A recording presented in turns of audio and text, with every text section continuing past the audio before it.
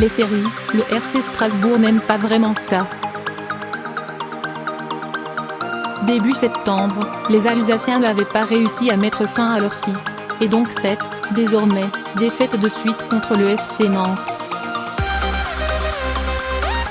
L'Amiens SC, son adversaire ce samedi, avait aussi tout de la bête noire, avec 5 victoires en 6 matchs entre les clubs montés ensemble du national à la Ligue 1. Pour le compte de la 6e journée, les Picards ont ainsi parfaitement tenu leur rôle en première mi-temps. À l'issue de 45 premières minutes assez peu racontables, ils ont idéalement profité des gros errements défensifs strasbourgeois pour ouvrir le score par Emil Krafth, laissé seul dans la surface.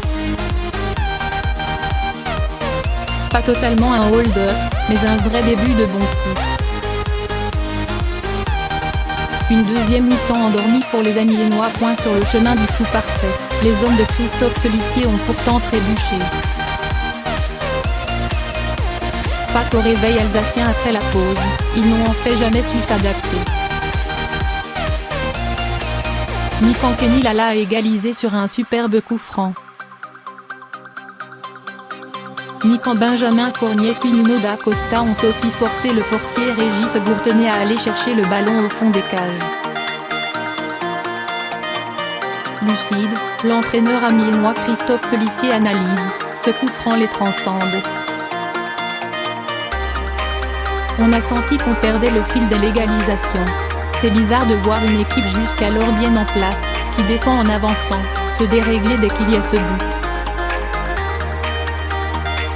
Après avoir vu les siens faire le plus dur avant la pause, le technicien n'a plus qu'assister à leur fébrilité. Le premier succès du RC Strasbourg à la Méno cette saison.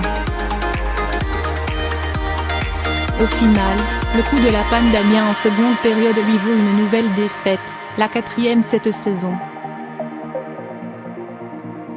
Si les Picards n'ont pas réussi à transformer le petit 1-0 de la mi-temps en première victoire à l'extérieur, les Strasbourgeois, eux, remportent leur premier succès au stade de la Méno depuis août, après le nul contre Saint-Étienne et la défaite contre Nantes.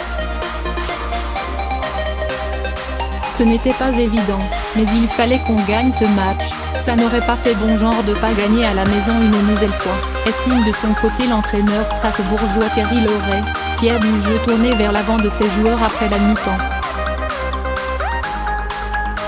Ce qui compte, ce n'est pas de tomber, mais de montrer comment tu sais faire pour te relever. Un enseignement pour Amiens avant de recevoir Rennes.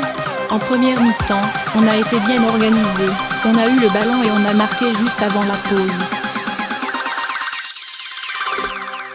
Mais ensuite, on n'a plus tenu le ballon et on a beaucoup reculé. La défense était pourtant son point fort la saison passée, mais Amiens vient d'encaisser 6 buts en 2 matchs. À la 18e place, les Picards devront vite s'en préoccuper.